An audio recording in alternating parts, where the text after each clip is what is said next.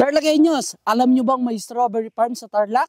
Hindi na natin kailangan pumunta ng Baguio para may experience natin yung strawberry picking.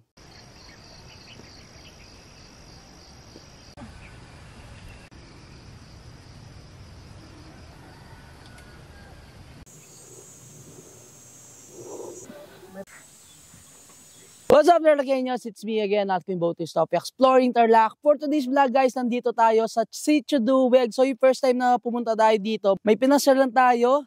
At ngayon, nabalitahan natin na mayroong strawberry farm dito. Kaya dali-dali tayo pumunta dito para i-explore at alamin guys kung ilan ba yung mga tanim nilang mga strawberry dito. And syempre, para may idea din kayo na yan, may strawberry farm sa Tarlac. So hindi na natin kailangan pumunta na Baguio. Kung gusto nyo mag-strawberry picking dito guys, open sila ng 7 AM until 5 PM Monday to Sunday. Pero much better, pwede kayong mag-PM sa kanilang Facebook page, Duweg Strawberry Farm, para sure kayo guys kapag magbibisit kayo dito ay pwedeng mag-picking. Dahil every weekends, dahil sobrang dami ng mga pumupuntang nagpipicking dito, nauubos yung mga bunga. So may mga times or may mga araw na nagsasara sila para padamihin muna yung bunga para sa susunod na strawberry picking. Try nating mag-picking. So nakikita ko dito mayroong mga malalaking bunga at mayroong pang mga maliliit. So ito, kunin natin. Uy, ang laki. Ayan siya. So, muntik ng pahugis na puso. Kwento nga sa atin ni tatay yung caretaker. So, tatay nung mayari ng strawberry farm or Duweg Strawberry Farm. So, tansya nila guys, mga tanim nilang strawberries dito is nasa 25,000 to 30,000 na.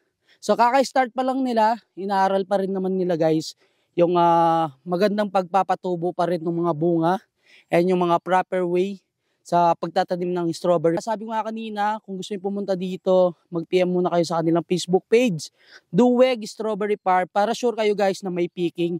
So hindi naman buong week open yung strawberry picking nila. Pero pwede kayo pumunta dito para mag-picture-picture. So may nakita rin akong isa dito, ayan. Kunin natin.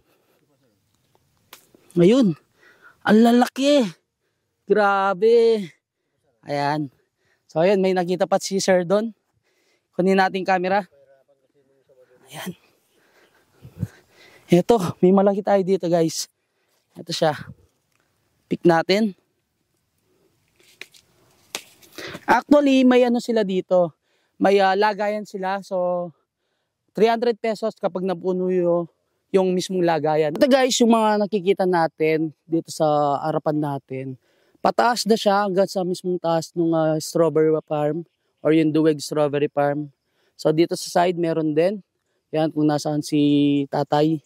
And pababa dito napakarami pa ng mga strawberry na makikita. Banda doon at papaliko ka doon guys, marami pa silang mga tanim na strawberry. And pag akyat mo doon, ayan, sa bungad kanina nadatnan natin si tatay na dinidiligan yung mga strawberry. Sobrang dami pa ng mga strawberries nila doon. Ayun. Ang dami dito. Ito, may nakita tayong malaki dito. Kunin natin. Ayan. Actually, yung isang alaman ng strawberry, marami siyang mga bulaklak. So, yung mga unang bunga, malalaki, pero sabi ni tatay, yung mga susunod na bunga is maliliit na. Pero ginagawa nilang strawberry jam. And then yung mga ibang ino-offer nilang pagkain dito, tulad ng sisig strawberry. Natin yung other side ng farm nila. So, dito ay paakyat. Makikita nyo, napakarami pa ng tanim ng lang strawberry. And dito, pababa guys, ayan, makikita nyo na sobrang daming mga strawberry pa nila na tanim dito. And dito, balak din nila na maglagay ng camping site soon. Ayan, magabang-abang lang tayo sa kanilang Facebook page. Tignan natin yung nakuha nating strawberry kanina. So, sakto lang yung laki nito. Mamaya tikman natin yung medyo mas malaki pa dito.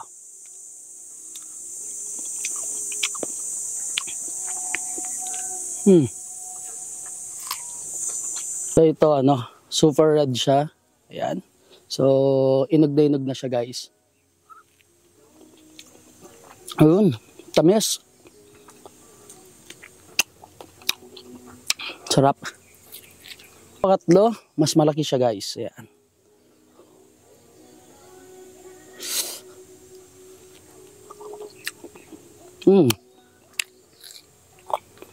Imagine, di na natin kailangan pumunta ng Baguio para may experience yung ganito. So, strawberry picking, after nyo mag-pick, pwede nyo yung tikman. And meron din silang mga in-offer dito na pagkain na gawa sa strawberry. So, ito nakikita natin, Chocoberry, medium 75 pesos, small nila 55 pesos. And then yung strawberry sisig nila 150 pesos. Meron silang strawberry jam dito at yung kanilang mga fresh strawberries, yun ng strawberry picking. Ito yung buong area. Napaka-presko at napakalamig talaga dito sa Sitio Duweg.